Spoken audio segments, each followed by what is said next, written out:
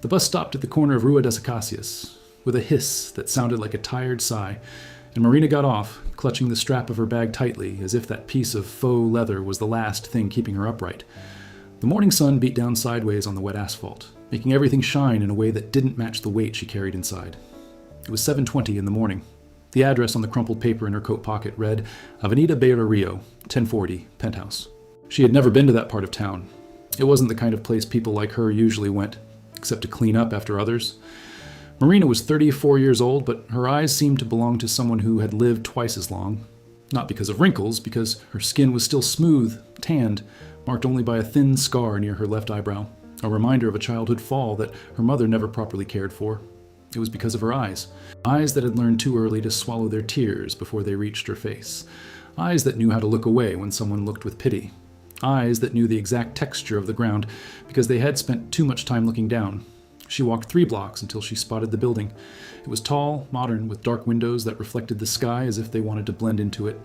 At the entrance, a man in a suit and tie looked her up and down before asking what she wanted.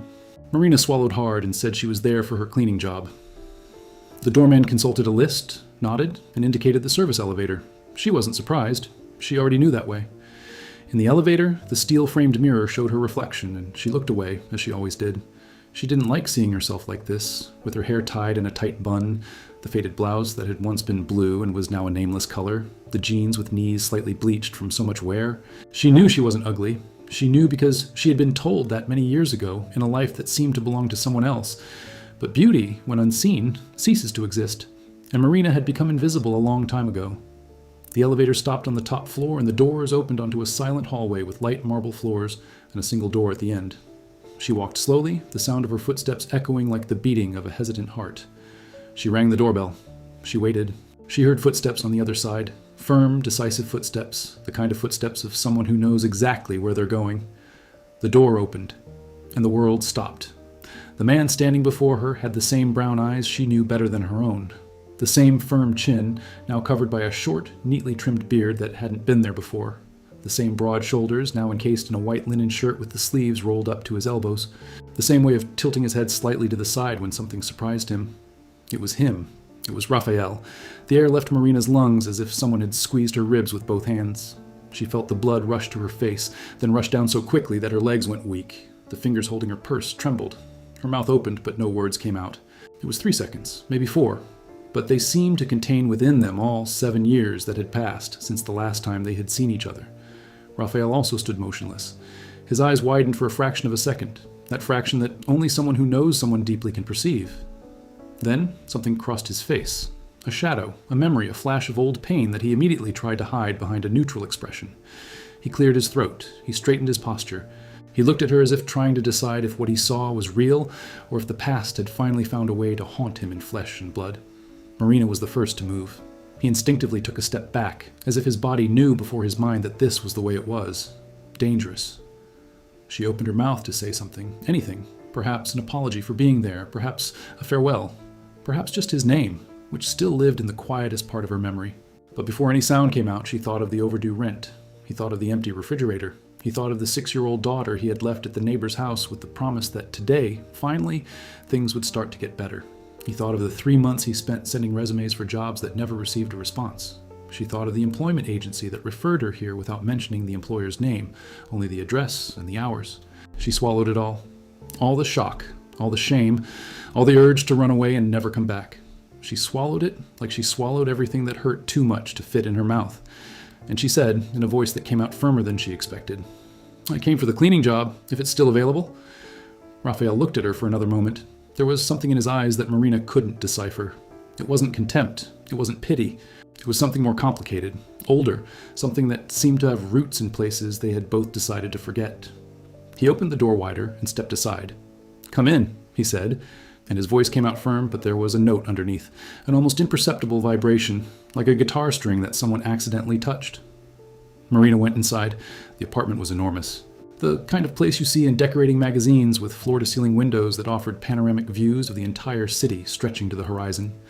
It had light-colored sofas, bookshelves overflowing with books, an open kitchen with a dark stone countertop, and in the center of the room, a glass table with a vase of white flowers that looked like they had just bloomed. Everything was clean, organized, beautiful. Everything was the complete opposite of the life Marina led. She stood at the entrance, unsure where to look. Every detail of that place seemed to scream the distance that now existed between them. When they met, Raphael worked as an assistant in a mechanic's shop and lived in a rented room in the back of a bakery. They shared packed lunches. They counted coins to pay for the bus. They laughed about the things they couldn't afford and promised each other that one day things would be different. One day it was different, yes, but not in the way either of them had imagined. Raphael closed the door and walked to the kitchen without looking back. His movements were controlled, almost mechanical, as if he were striving to maintain normalcy in a moment that was anything but normal. "The work is 3 times a week," he said, opening a cupboard and taking out a glass. "Monday, Wednesday, and Friday. 4 hours a day. The cleaning supplies are in the utility room cupboard. Payment is weekly." He said all this with his back to her, filling his glass of water with a slowness that didn't match the practicality of his words. Marina listened and nodded, even knowing he couldn't see her. Her eyes scanned the apartment, searching for signs of another presence. Women's shoes in the entrance, an extra cup in the sink, a scent in the air that wasn't his. She found nothing. The apartment had the silence and order of a place where only one person lives. "Do you have any questions?" he asked, finally turning around. She had thousands. She had an entire ocean of doubts that began with what happened to you and ended with why fate does this to us. But none of those doubts fit in that moment, in that boss-employee relationship that now existed between 2 people who had once slept, embraced on a mattress on the floor. "No," Marina said. "Can I start today?" Raphael nodded. He drank the water. He carefully placed the glass in the sink, as if afraid that any louder noise might shatter the fragile normalcy the 2 of them were pretending to maintain. "He can." And so it began. Marina cleaned that apartment as she cleaned all the other places where she had worked, with precise, silent, almost ritualistic movements. She mopped the floor with her body bent over, her arms making wide, repetitive arcs that had the regularity of a prayer. She cleaned the windows, looking through them at the city below, where thousands of lives crossed paths without knowing of one another.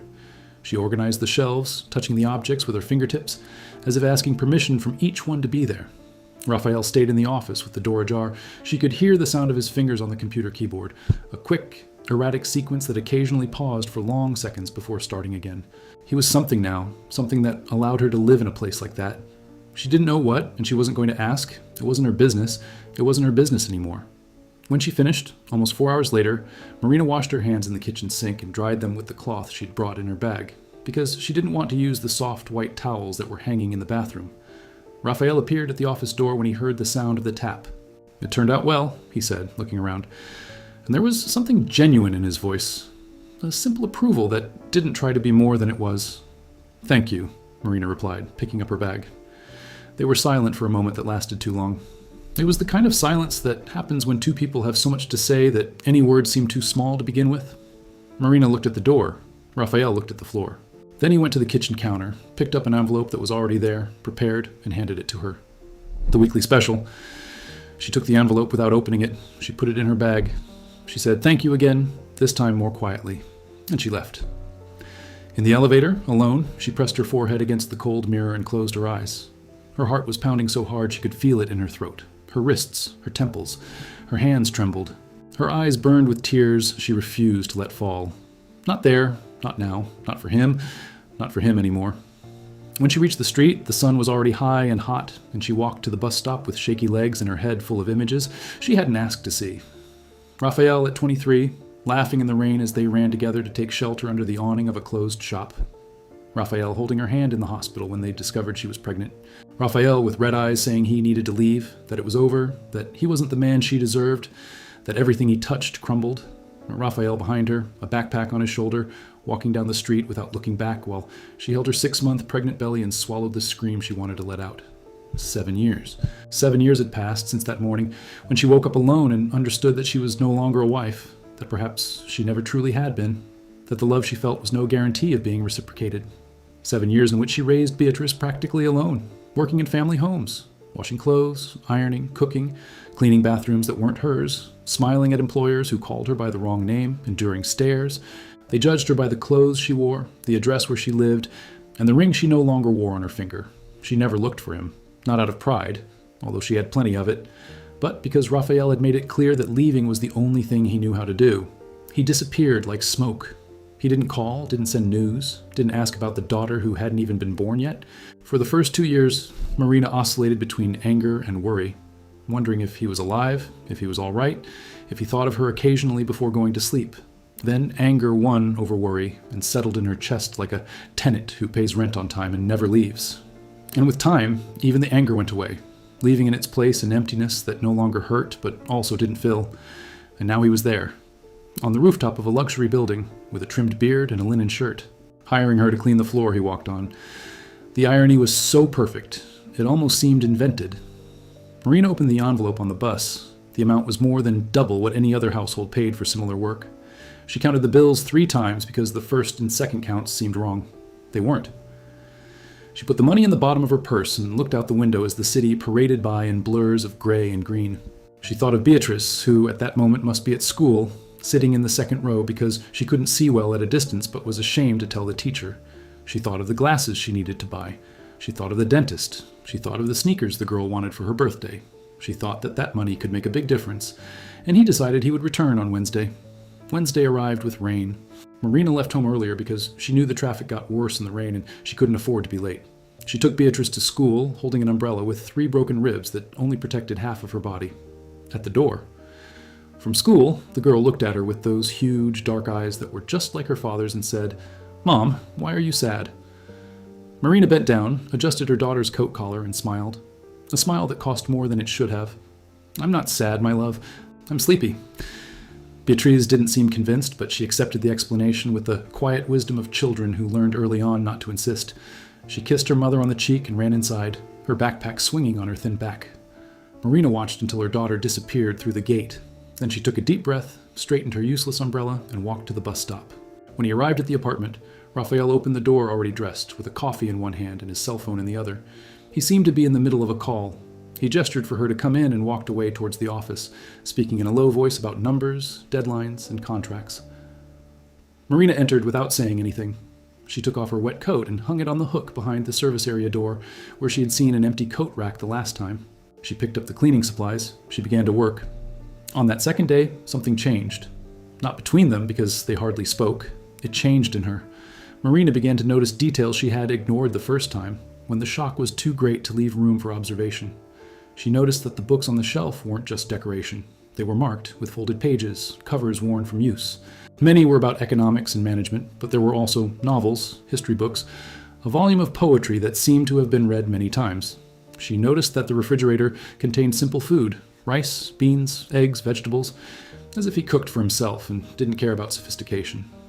She noticed that the bathroom only had a toothbrush, a razor blade, and ordinary soap without imported perfumes or expensive creams. She noticed that the apartment, despite being large and well decorated, had a coldness that didn't come from the temperature. It was the coldness of a place where someone lives without truly inhabiting it. A place beautiful on the outside and empty on the inside. Like him, Marina thought. And then she regretted the thought, because she didn't want to think of him that way. She didn't want to think of him at all. On the third visit, on Friday, Raphael was different, restless. He walked around the apartment as if searching for something he didn't know what it was. When Marina arrived, he was in the kitchen making coffee and for the first time offered her some. "Would you like a coffee?" The question was simple, banal, the kind of thing anyone asks anyone else. But between them, in that context, with that story, the question had layers. It was coffee, yes, but it was also an outstretched hand, hesitant, reaching towards something neither of them could name. Marina hesitated. She looked at him, trying to find some trap, some ulterior motive, some pity disguised as kindness. She found none of that. She found only a man holding a coffee pot, waiting for an answer. "I accept," she said. "Thank you." He poured the coffee into a white mug and placed it on the counter. Marina approached and drank it, standing, leaning against the counter, keeping a safe distance. The coffee was strong and good. She held the mug with both hands, absorbing the heat that passed through the ceramic. They remained silent for almost a minute. The sound of the rain hitting the windows filled the space between them like a curtain of water that neither dared to cross. "Thank you for accepting the job," Raphael said suddenly, looking at his mug. "I know it must be strange." Strange. The word was so insufficient it almost made her laugh. Strange was running into an acquaintance at the supermarket. Strange was hearing a song she hadn't heard in years. Cleaning the apartment of the man who abandoned her while pregnant and disappeared for 7 years was something else entirely. Marina didn't know exactly what it was, but strange wasn't the right word. "I need the job," she replied. and there was no self-pity in her voice, just fact. "And you need someone to clean. There's nothing strange about that." Raphael looked up. There was something there in that look that Marina recognized. It was the same expression he had when he wanted to say something important, but couldn't find the words. She knew him too well not to recognize it, and she hated herself for it, because she didn't want to know him anymore. She didn't want his body to be a text. She still knew how to read by heart. "Marina," he began. "Where are the floor cloths?" She interrupted, placing the mug in the sink. "They were in the second cupboard on Monday, but I couldn't find them today." Raphael shut his mouth. The moment vanished like smoke. He pointed to the right cupboard and went back to the office. Marina took a deep breath and began to work, scrubbing the floor with unnecessary force, as if she could clean away, along with the dirt, all the things she didn't want to feel.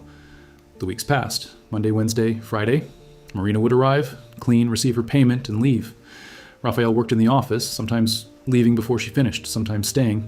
They greeted each other with a brief good morning, and said goodbye with a "see you later." Shorter.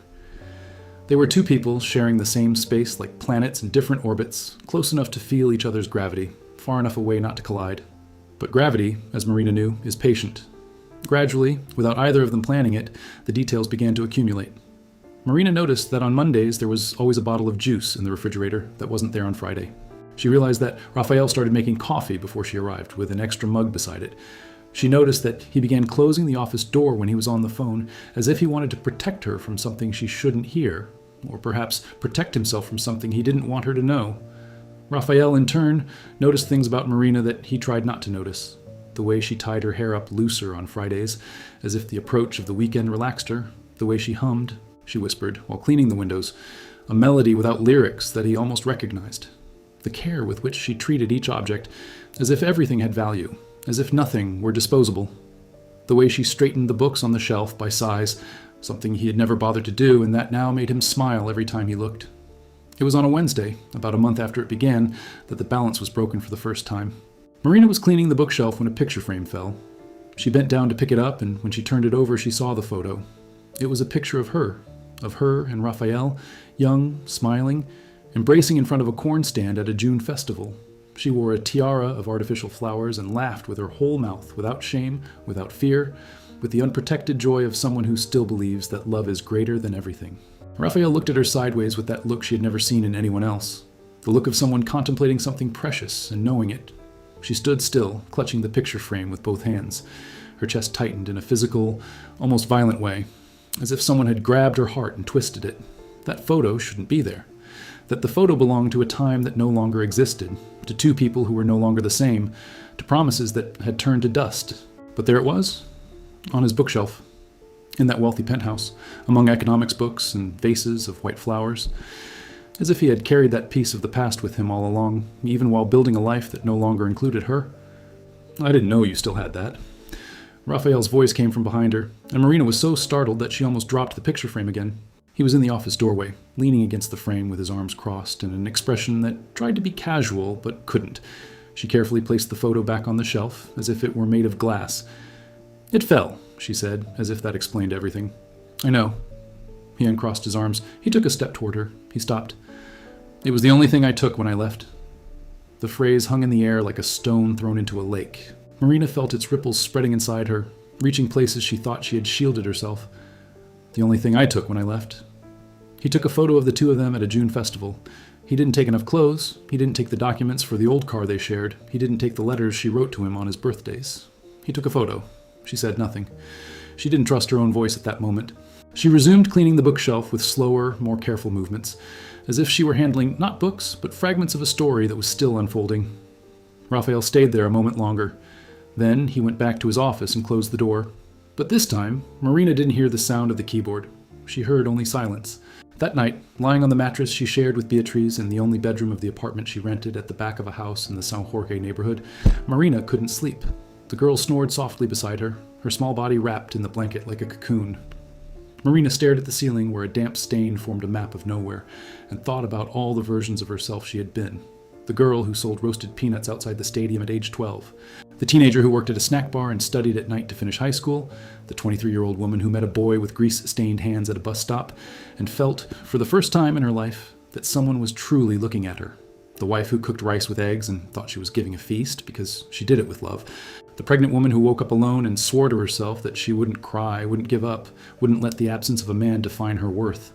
All these women lived inside her, and they were all confused. The routine continued.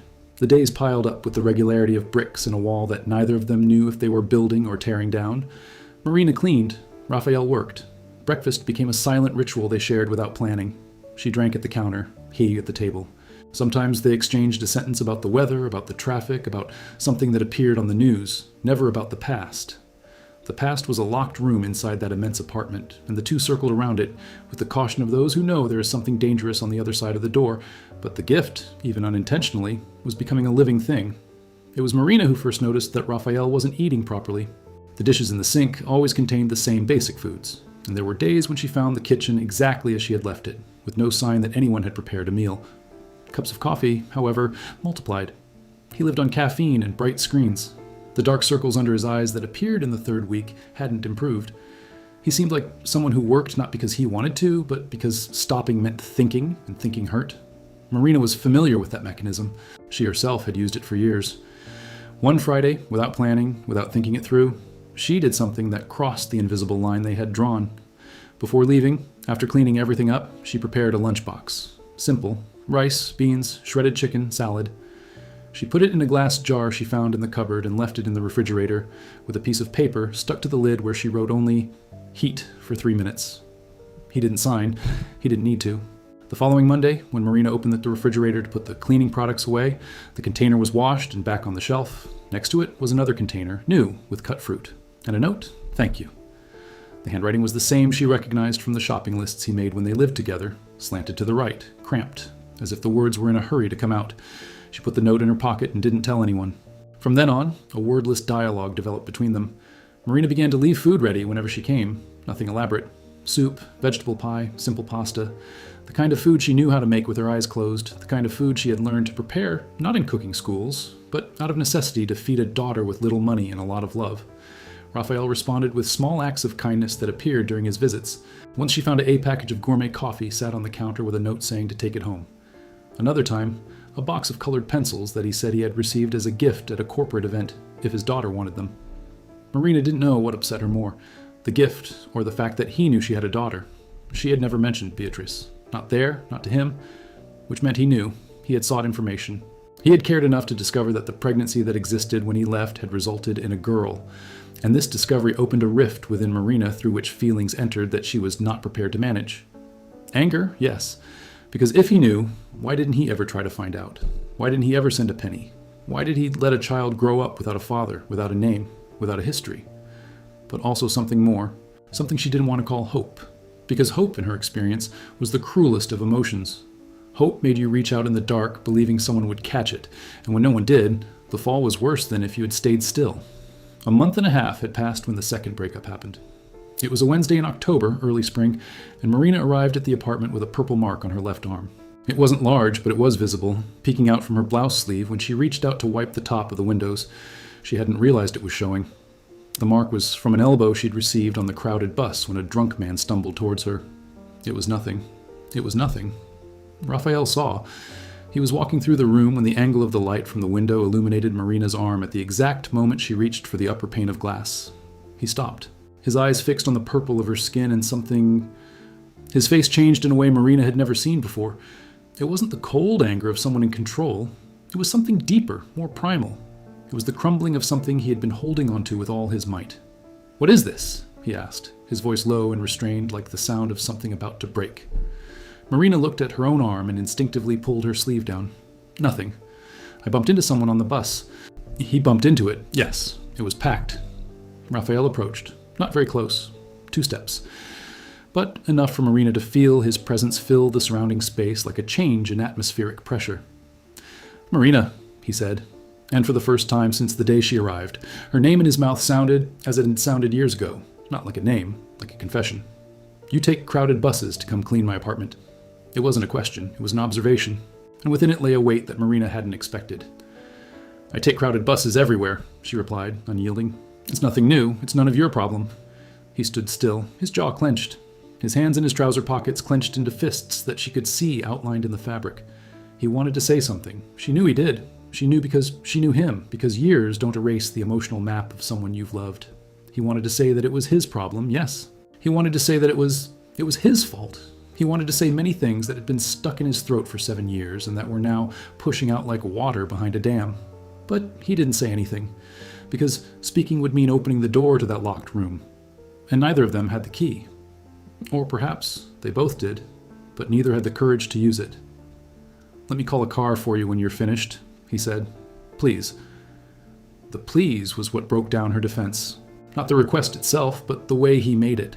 Without imposing, without condescending, just asking, as if she could say no and he would accept it. "Okay," Marina said. And she went back to cleaning the window. That day, when she finished, there was a car waiting at the building's entrance. The driver took her to the San Jorge neighborhood, to her front door, and waited for her to go inside before leaving. Marina went in, found Beatrice doing her homework at the kitchen table with a concentration that seemed too great for someone so small, and sat beside her without saying a word. She stayed there, just watching her daughter draw crooked letters in a notebook with a torn cover, and felt something she hadn't felt in a long time, a tenderness so great it hurt. Not for Beatrice, who was always so tender, but for herself, for everything she had been silently enduring, for everything she didn't know how to process. Beatrice looked up from her notebook and said, "Mom, what is a father?" The question came without warning, as children's questions always do, without apparent context, without introduction, like a bolt of lightning in a clear sky. Marina felt breathless for a second. "Why are you asking that, my love?" "Laura from my class said her dad picks her up every day. That made me think, I don't have one. Or do I?" Marina swallowed hard. The answer she would give would define something.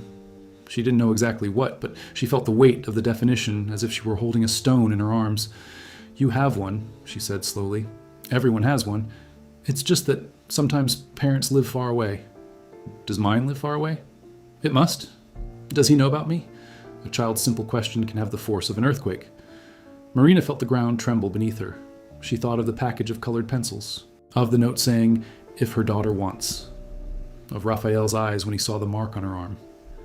"You know," Marina whispered. And it was the first time he had admitted it out loud. Beatrice seemed satisfied with the answer. She went back to her lesson as if the conversation had been about the weather. Children do that. They move in and out of immense pain with the ease of someone jumping over puddles on the sidewalk. Marina sat there a while longer, looking at her daughter, and thought that Beatrice deserved more than she was able to give her. She deserved a house with more than one room. She deserved new glasses and sneakers that didn't pinch. She deserved to know her own father's name without having to guess. But deserving and receiving are verbs that are rarely conjugated together in the lives of people like Marina. The days went by, and the strange intimacy between Marina and Raphael grew like a plant that no one watered but insisted on living. The packed lunches continued. The notes continued. The silent breakfasts continued. The car started picking her up and dropping her off every day at work, and Marina stopped protesting because she realized that protesting hurt Raphael in a way she no longer wanted to cause. And this realization, that she still cared about how he felt, scared her more than anything else. In November, 2 months after everything began, Raphael did something unexpected. When Marina arrived, on Monday, she found a bag from a department store on the kitchen counter. Inside was a pair of children's glasses with pink frames and prescription lenses. Also inside was a card from an ophthalmology clinic with an appointment scheduled for that week in the name of Beatriz Souza Oliveira. Marina stared at that bag for so long that her hands grew cold. He knew his daughter's full name. He knew she needed glasses. He knew her prescription. How did he know? How long had he known? What else did he know that she didn't know he knew? When Raphael left the office, her eyes were already red, but not from crying. From something more difficult to control than crying. From an emotional turmoil so dense it seemed to have physical weight. "I can't accept this," she said, pointing to the bag. "It's not for you," Raphael replied, with a calmness that was almost provocative. "It's for her." "It's the same thing." "No, it's not. It's one thing for you to be proud. It's quite another for your daughter not to see the blackboard." The script was precise, clean, impossible to refute. Marina felt the anger rise and fall like a wave that doesn't know which shore to go to. "You don't have that right," she said, her voice finally cracking. "You don't have the right to show up now and act like, as if I cared, as if you were her father." The silence that followed was the longest that had ever existed between four walls. Raphael didn't look away. For the first time, he didn't hide behind the mask of control he'd worn since the day she arrived. His eyes were exposed, open, vulnerable in a way she hadn't seen since that morning when he said he was leaving. "I am her father," he said softly. "I know I don't deserve to be. I know I left." I know everything you can say to me, Marina, because I've said it all to myself every single day for the last 7 years. Every single day, I know the magnitude of what I did, and if I could go back... But you can't, she interrupted. That's the point. You can't. No, he agreed. I can't. But I can be here now. Marina picked up the bag. She held it tightly. She looked at him with eyes that held 7 years of lonely nights, of fevers she cared for without help, of bills she paid, counting every penny, of loneliness she used as a blanket on the coldest nights. Being here now doesn't erase where you were before, she said, and left the apartment without cleaning, without saying goodbye, without looking back. She arrived home with the bag. She hid her glasses in the closet. She sat on the bathroom floor and cried for the first time in years. She cried softly with her hand over her mouth so Beatrice wouldn't hear. She cried like people cry, the people who held on for too long. No sound, no form, just water flowing from a deep, nameless place. The following Wednesday, she returned. Not because you forgave him, not because the anger had passed, but because the rent was due on the 10th and she didn't have another job that paid enough. He returned because that's what he always did. He returned. He endured. He carried on. Raphael opened the door and said nothing about what had happened. He offered her coffee. She accepted. She cleaned the apartment. He stayed in the office. Everything was as before, except that nothing was as before, because the words spoken could not be erased, and the air between them was charged with a different electricity, more honest, more dangerous. The days that followed were the most difficult. Marina worked in silence, carrying within herself a war she couldn't win because both sides were hers. The side that hated Raphael for abandoning her fought against the side that saw in him something that hadn't been there before. A pain that didn't pretend not to exist. A regret that didn't ask for forgiveness because it knew it didn't deserve it. A presence that offered itself without demanding anything in return. He had changed. She could see that he had changed. Not just on the outside, not just because of the money, the apartment, the trimmed beard. He had changed on the inside. The Raphael she knew was a frightened boy dressed as a man, someone who grew up without a reference point, without a father, without a role model, someone who thought that to love was to destroy and to be loved was a debt that would one day demand more than he could pay. That Raphael still existed somewhere, in the corners of his eyes, when he thought no one was looking. But alongside him was someone who had learned, in the worst possible way, that leaving solves nothing. That the pain you cause follows you everywhere. That the silence of absence is the loudest noise in the world. Marina didn't know what he had been through in those 7 years. She didn't ask, and he didn't tell her, but the signs were everywhere, if she knew how to read them. On the highest shelf of the bathroom cabinet, behind the rolls of... While cleaning the office trash can, she found a box of antidepressant medication with his name on it. In the office trash can, during one of the cleanings, she found a psychologist's business card. On the bedside table, under a book, there was a notebook where he wrote things she didn't read, because there were limits that not even the most legitimate curiosity should cross. But the existence of that notebook said something. It said that he too had spent long nights. That luxury penthouse was not synonymous with peace. That money buys silence, but it doesn't buy sleep. In December, with the summer heat invading the city and shop windows filled with Christmas lights, something happened that changed everything. It wasn't a big event. It wasn't a declaration, a confession, or a dramatic gesture. It was something so small it almost didn't exist. Marina was cleaning the room when the intercom rang. Raphael was in the shower. She hesitated, but answered, because that's what she would do at any other job. Mr. Raphael's apartment. What do you need? On the other end, a professional female voice said there was a delivery.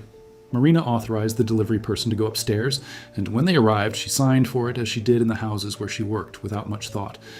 The package was large, rectangular, and wrapped in brown paper. When Marina placed it on the table, the paper tore slightly at one corner, and she saw what it was. It was a painting, an oil painting. And in it, a dark-haired woman held a child in her lap while looking out a window. The woman's eyes were turned outwards, towards an unseen horizon, and the child slept against her chest with the absolute confidence of those who know they are safe. The painting wasn't realistic in the photographic sense. It was more than that. It was emotional. The colors were warm, the contours soft, and there was a light coming from the window that bathed the woman and the child in a golden hue that seemed sacred. Marina stood motionless before that image, because the woman in the painting was her. Not exactly, not with her precise features, but with her essence, her posture, the tilt of her head, the way she held the child as if she were holding the whole world. It was her, as someone who loved her would see her. It was her seen through the eyes of someone who hadn't forgotten. Raphael appeared in the room with wet hair and stopped when he saw Marina standing before the painting. They looked at each other. There was nowhere left to hide. The painting was proof of everything he hadn't been able to say. It was the silent confession of a man who carried the image of a woman and a daughter he never knew with him everywhere he went. Through all the sleepless nights, through all the empty rooms of every house where he tried to feel at home and couldn't. "You had this painted," Marina said, and it wasn't a question. Raphael nodded. "When?" "2 years ago, from a photo I had on my phone, the photo in the picture frame." Marina looked back at the painting. The woman in the painting was smiling. She, the real one, wasn't. "Why didn't you come back?" she asked, her voice as brittle as a dry twig. "If you cared so much, why did you never return?" Raphael sat down on the sofa, not in the center, where someone would sit comfortably, on the edge, in the corner, like someone who isn't sure if they deserve to sit there. "Because I thought you'd be better off without me," he said, "and for a long time I thought I was right. I grew up watching my father destroy my mother, every day, with words, with silence, with promises he never kept. And when I started to realize that I was starting to look like him, I didn't know how to be a husband, I didn't know how to be a father, I didn't know how to stay. I was afraid, not of you, of myself, of what I could do to you if I stayed." He paused. His hands resting on his knees trembled slightly.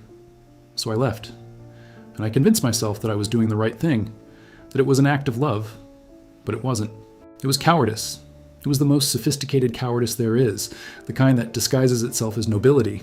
I left so I wouldn't have to face the possibility of failing, and in leaving I failed in the worst possible way." Marina listened to every word as if receiving stitches in an open wound. It hurt. It hurt a lot. But for the first time, the pain came accompanied by something she didn't expect. Understanding, not forgiveness.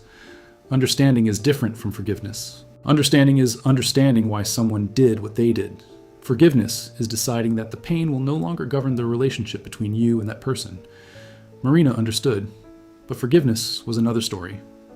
"You're right," she said. "It was cowardly." He didn't defend himself. He didn't try to soften the blow. He simply nodded. "And Beatrice grew up without a father because of your cowardice. She asks about you. She doesn't know your name. She doesn't know your face, but she asks. And every time she asks, I have to invent an answer that doesn't destroy the image she has of a man she never knew. Do you know what that's like? Do you know what it's like to protect the image of someone who hurt you because that someone is half of the person you love most in the world?" Raphael lowered his head. A tear rolled down his face and fell onto the fabric of his pants, forming a dark stain that slowly grew. He didn't wipe it away. He didn't try to hide it. He let it be. "I want to meet her," he said, his voice breaking.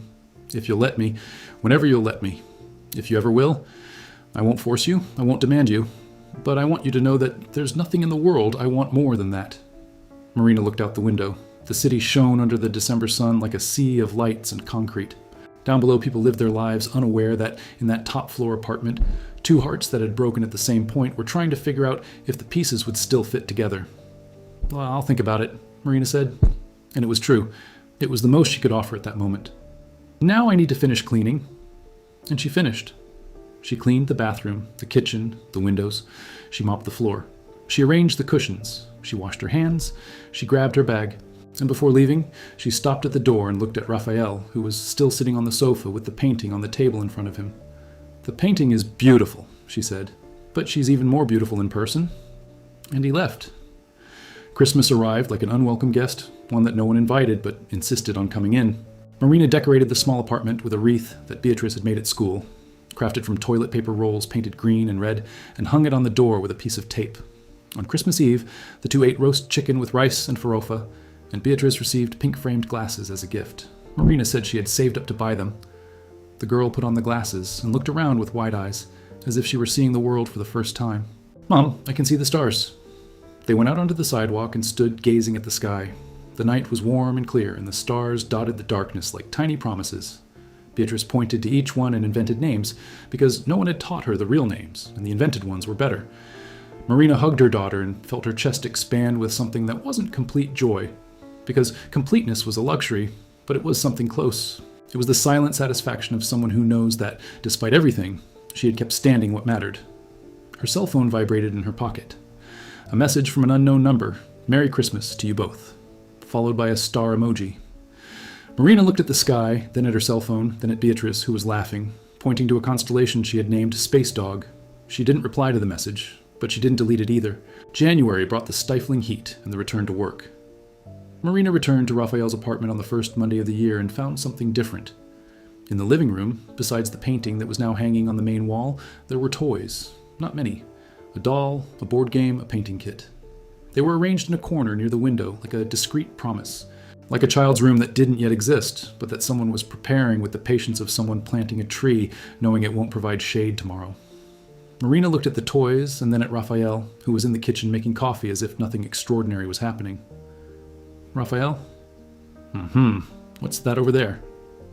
He looked where she was pointing as if he were seeing the toys for the first time. I bought a few things, in case someday, and if someday... He didn't finish the sentence. He didn't need to. Marina felt something stir within her, something large and ancient that had been dormant and now stretched like an animal awakening after a long winter. It wasn't love, not yet, not by that name. It was the possibility of love, the shadow that love casts before arriving, the sound of its footsteps approaching. She likes to draw, Marina said before she could stop herself. She spends hours drawing, mostly animals, dogs, cats, horses, and stars. She draws stars everywhere. Raphael listened with an almost physical attention. Every word Marina said about Beatrice sank into him like water on dry land. He wanted more. Marina could see that he wanted more. He wanted to know everything. Her favorite color, her favorite food, the way she laughed, her fear of the dark, the way she pronounced difficult words, everything. 7 years of everything. The painting kit, he said, indicating the toys. It has paints, brushes, a small easel. I thought maybe, Marina repeated. She picked up her mug of coffee. She drank slowly. The silence between them, which for so long had been a wall, was beginning to look like a bridge. Fragile, narrow, without a railing, but a bridge nonetheless. The weeks of January went by like this. Little by little, one conversation at a time, Marina let pieces of Beatrice into that apartment. She talked about school, about the glasses that had changed everything, about how the girl now sat proudly in the front row, about the drawing that earned a perfect score. Raphael listened to everything with an almost desperate thirst, and in return, he began to share pieces of himself. He recounted that after leaving, he worked in construction, in restaurants and parking lots. He slept in hostels, on park benches, on the floor of bus stations. He went hungry. He was cold. He experienced the shame of... He spoke of asking for help, and of the greater shame of not asking when he needed it. He recounted that it was a man he met in a shelter, a 60-year-old man named Jorge, who had lost everything because of alcohol and was rebuilding his life, who looked at him and said a phrase that changed everything. Son, running away from yourself is the most exhausting race there is, because you never get anywhere. Raphael said he cried that night, and that the next day he enrolled in a free technical course. Then he did another, and another. He worked during the day and studied at night for 4 years. He started as an intern at a technology company. He climbed the ranks. He learned. He grew. He opened his own business 2 years ago, a digital solutions company that today employs 20 people and earns enough for a penthouse on Avenida Beira Rio. But the roof was empty. The success was hollow. Because everything he built, every penny, every overtime hour, every sleepless night, was an attempt to fill the hole he himself dug when he left that door 7 years ago, and the hole wouldn't fill, because it wasn't made of lack of money or comfort. It was made of lack of Marina, of lack of Beatrice, of lack of what he had and threw away for fear of not deserving it. Marina listened to everything without interrupting. When he finished, they remained silent for a long time. The coffee had already gone cold. The sun had already changed position. The world outside continued to spin, indifferent to the pain of two human beings trying to undo what time had undone. Jorge, Marina said, the man from the hostel, is he all right? Raphael smiled, a sad and grateful smile at the same time.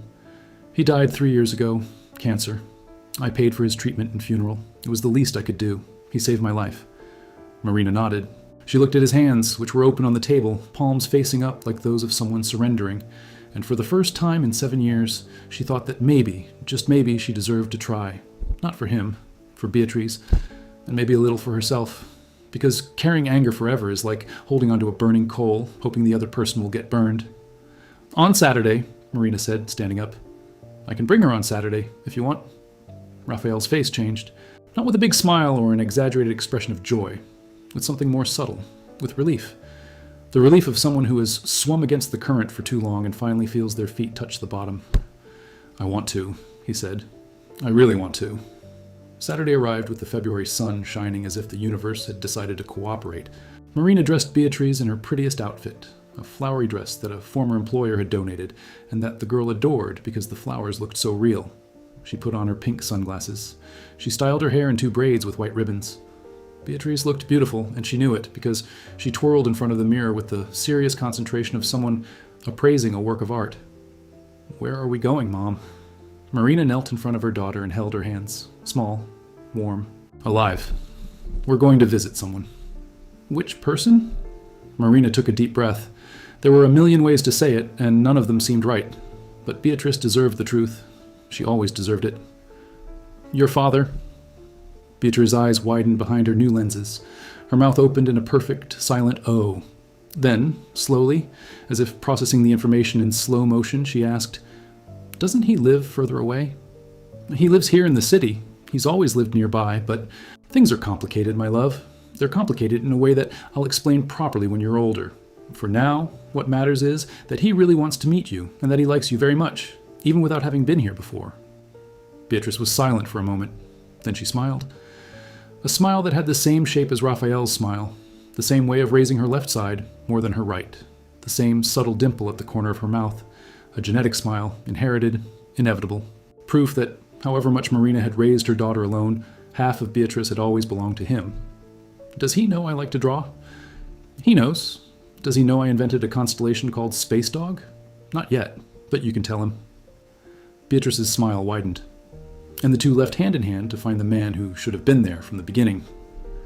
Back in the apartment, Raphael had dressed as if he were going to an interview for the most important job of his life, which, in a way, it was. He wore dark trousers and a simple shirt. He had shaved his face, but left his beard short, because Marina had once mentioned that she thought it was handsome, and he had kept that information like a treasure map. The apartment was spotless, although he had cleaned 2 days before. The toys were neatly arranged near the window. In the kitchen, there was a chocolate cake that he had tried to make, which wasn't perfect, a little crooked with uneven frosting, but it was made with his own hands, because some things can't be bought. When the doorbell rang, he opened the door with trembling hands and saw Marina first. Then he lowered his gaze and saw Beatrice, and the man who had built a company from nothing, who had survived on the streets, who had rebuilt his own life brick by brick, crumbled. Not with a sound, without drama. Only his eyes filled with tears and his lips trembled, and he stood there at the door, looking at that little girl with pink glasses and a flowery dress, who looked back at him with the fearless curiosity of children, and he knew that everything, absolutely everything he had lived through, the nights in shelters, the hours of study, the early mornings of work, the therapy sessions, the medication, the notebooks full of regret, everything had been to arrive at this moment. Beatrice looked him up and down, adjusted her glasses on her nose, and said, "Are you my father?" "I am," Raphael said, and the word came out like a prayer, like a vow, like a promise that this time he intended to fulfill with every fiber of his being. "You're tall," Beatrice remarked. "Mom said you lived far away, but I don't think it's that far." Raphael looked at Marina over his daughter's head. She was leaning against the hallway wall, her arms crossed and her eyes shining in a way he recognized. It wasn't forgiveness yet. It was permission. Permission to try, permission to prove, permission to exist in that child's life, and perhaps in time in her own life as well. "It's not far," he said. "It's not far at all." Beatrice entered the apartment as if she were entering an amusement park. She ran to the window and stared at the city below, her mouth agape. He discovered the toys and let out a cry of joy that echoed through the walls like music. He found the painting kit and hugged the small easel as if it were a friend he had been waiting for years. Raphael watched her with an expression Marina had never seen on any face. It was reverence. It was astonishment. It was the instant and overwhelming love of a father who sees his daughter for the first time and understands, in one fell swoop, what it means to be responsible for an entire life. The following hours were filled with small miracles. Beatrice painted a picture of a large star with eyes and a dog flying beside it. Raphael sat next to her and helped her mix colors, and when she explained the constellation of the space dog with the seriousness of an astronomer, he listened as if she were revealing the secrets of the universe. They ate the crooked cake, and Beatrice said it was the best cake she had ever eaten, which probably wasn't true in terms of confectionery, but it was the purest truth in terms of meaning. Marina stayed in the kitchen most of the time, drinking coffee and observing the two of them, observing how Beatrice had the same way of tilting her head as Raphael when she concentrated, observing how he laughed at her jokes with such genuine joy that it seemed to hurt, observing how, at a certain moment when Beatrice got paint on her face and he bent down to wipe it with his thumb, they looked at each other in a way that didn't need 7 years of history, that didn't need explanation. That was simply the instinctive, biological, atavistic recognition that they belonged to each other. In the late afternoon, as the sun began to gild the windows and the city turned orange, Beatrice fell asleep on the sofa, hugging her new doll. The exhaustion from the excitement, the novelty, from having lived in one day more than she usually lived in a month, suddenly overcame her, as happens with the children. She simply collapsed, glasses crooked and hands stained with ink, in the corner of the sofa, and slept with the absolute peace of someone who feels safe. Raphael covered his daughter with a blanket and watched her sleeping as if looking at something he couldn't believe was real. Then he sat in the armchair beside her and remained there in silence, his eyes fixed on the girl, a smile that was half happiness, half regret, the exact expression of someone who had gained something precious and knew he had almost lost it forever. Marina approached. She sat on the edge of the sofa, next to Beatrice's feet. She looked at Raphael. "She liked you," he said softly. "She's amazing," he said, his voice breaking. She looks like you. It looks like you, too." The smile, the way you tilt your head, the stubbornness. Raphael let out a short laugh that was almost a sob. "I've lost so much," he said. "I've lost so much time." "You lost," Marina agreed. "But time is the only thing you lose that you can get back. Not what's gone by, but what's to come." He looked at her. In his eyes was a question he hadn't asked in words, but which existed so clearly it could have been written in the air. Marina recognized it.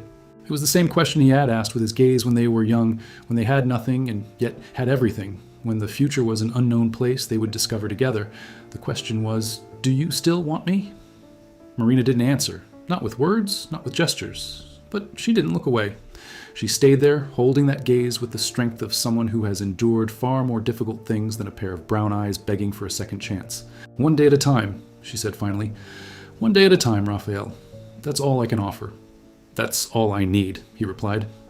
And there, in that silent room, with a child sleeping between them like a bridge made of flesh and blood, with the summer sun bidding farewell through the window and the picture of the woman and child hanging on the wall like an icon of everything that was desired and almost lost, something began. Not with a kiss, not with a declaration, with something more delicate and stronger than the two of them, with the shared, silent, almost invisible decision not to run away anymore. The months that followed were not easy. No one said they would be. Trust isn't rebuilt with nice gestures or good intentions. It's rebuilt with consistency, with the repeated act of being present when it's easier to leave, with the daily choice to face discomfort instead of avoiding it. Raphael started seeing Beatrice on Saturdays, then also on Sundays. He took her to the park, the zoo, the ice cream parlor. He helped with her homework. He learned how to braid her hair by watching videos on the internet at 3 a.m. He bought a notebook and drew with her, even though he was a terrible artist, because what mattered wasn't the result, but the presence. The ever-changing, constant, unwavering presence. The presence he owed her for 7 years, and which he was now repaying not with guilt, but with dedication. Marina watched everything with the cautious gaze of someone who had already been burned.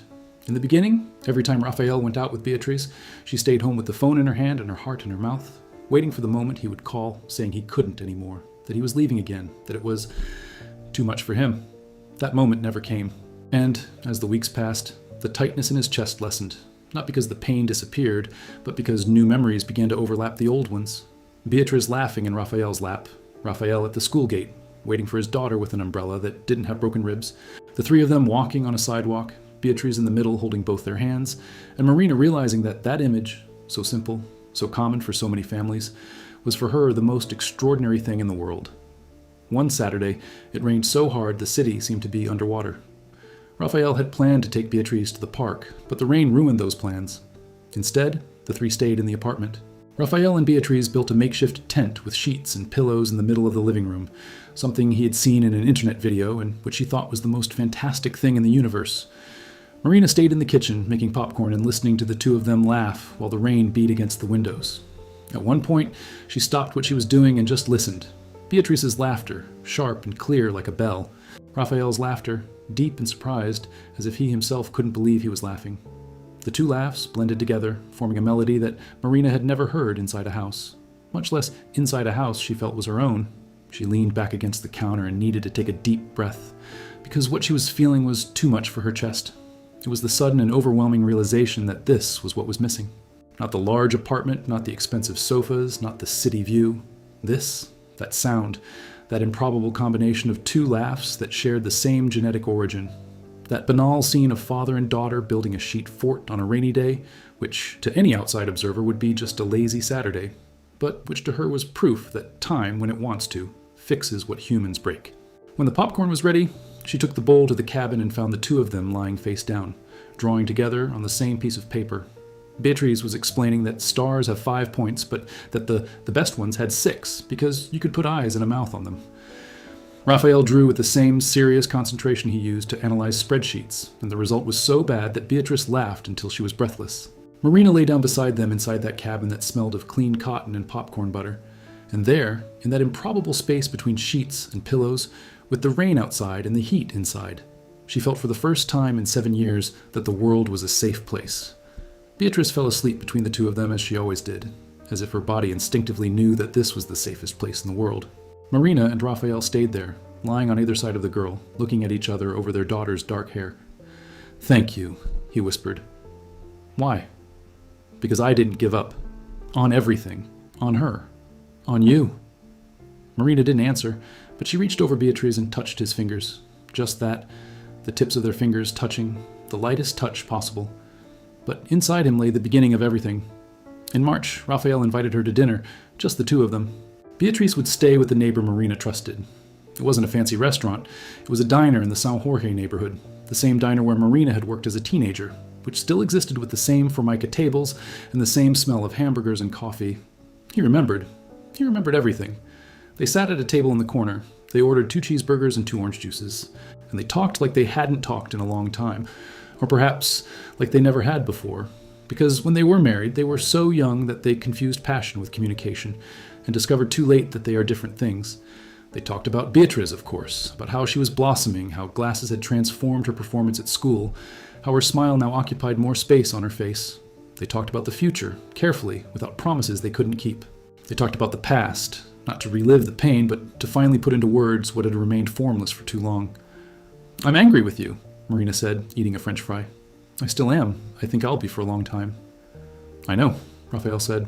"You have the right. But I'm not just angry. I have other things too. And these other things confuse me more than the anger."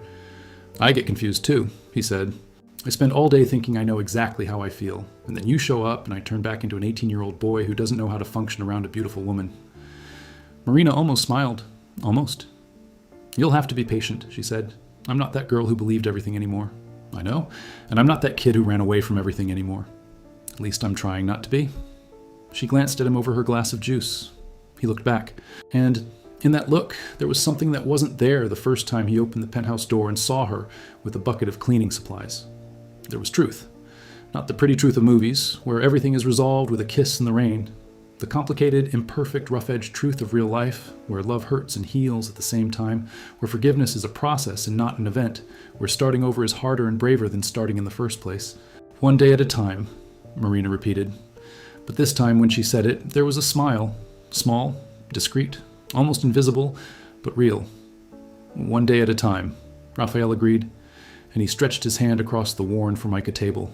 Marina looked at that hand, the same hand that held hers at a bus stop 11 years ago, the same hand that touched her belly when she learned of the pregnancy, the same hand that packed a bag and left on a gray morning, the same hand that now offered itself, open, trembling slightly, demanding nothing, guaranteeing nothing, just there, present, available. She placed her hand on his, slowly, with the weight of someone who knows exactly what she's doing and the risk she's taking. Their fingers intertwined as if remembering the path. Outside, the city continued its noise and rush, indifferent to what was happening inside that neighborhood diner. Buses passed by, horns blared. People walked by looking at their cell phones. The world didn't stop. It didn't need to stop. Because the miracle wasn't in the world. It was in 2 imperfect, wounded, frightened human beings who, even after everything, even after the abandonment and the loneliness and the anger and the lost time, still had within themselves the absurd and irrational courage to try again. And perhaps that's what love truly is in the end. Not the absence of pain, not the promise that everything will be all right, but the decision, made every day, to stay, to not leave, to hold the other person's hand, even when trembling, to look into their eyes and say, "I'm here, I'm here, I'm here."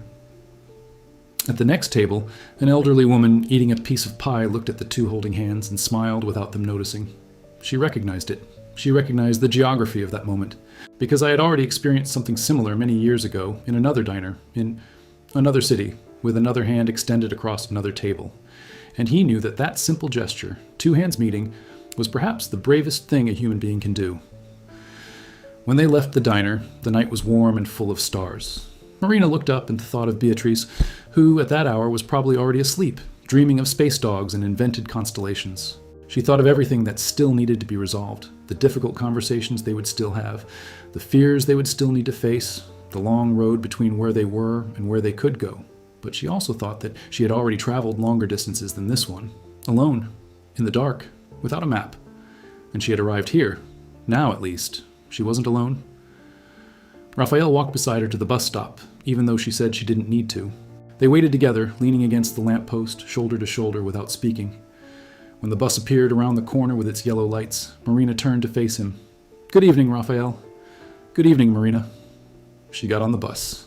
He stayed. She sat by the window and looked at him standing there, hands in his pockets, eyes fixed on her, growing smaller as the bus drove away. And she felt, with a clarity she hadn't felt in a long time, that the man standing at the bus stop wasn't going anywhere, that this time, when she looked back, he would still be there. And the next time, and the next. She rested her head against the bus window and closed her eyes. Her heart beat slowly, steadily, in the rhythm of someone who finally allows herself to rest. Not because the fight is over, but because she discovered that she doesn't have to fight alone. The bus continued along the illuminated avenue, taking Marina back home to her daughter, to a life that remained simple, difficult, and beautiful in its own way. And inside her, in that place that had been empty for 7 years, something was stirring. It wasn't the love of before, naive and defenseless. It was a new love, built upon ruins, tempered by pain, strengthened by the conscious choice to exist. A love that knew the price of everything and still chose to pay it. A love that didn't ask for guarantees because it understood that the only real guarantee is the decision to try again, every day, until the days become a life. And in the last row of the bus, a 34-year-old woman with calloused hands and eyes that had seen too much smiled at the window where the city paraded in blurred lights. A small smile? A smile that cost 7 years, thousands of nights, countless tears, and a courage that no one will ever know she had. A smile that was worth everything.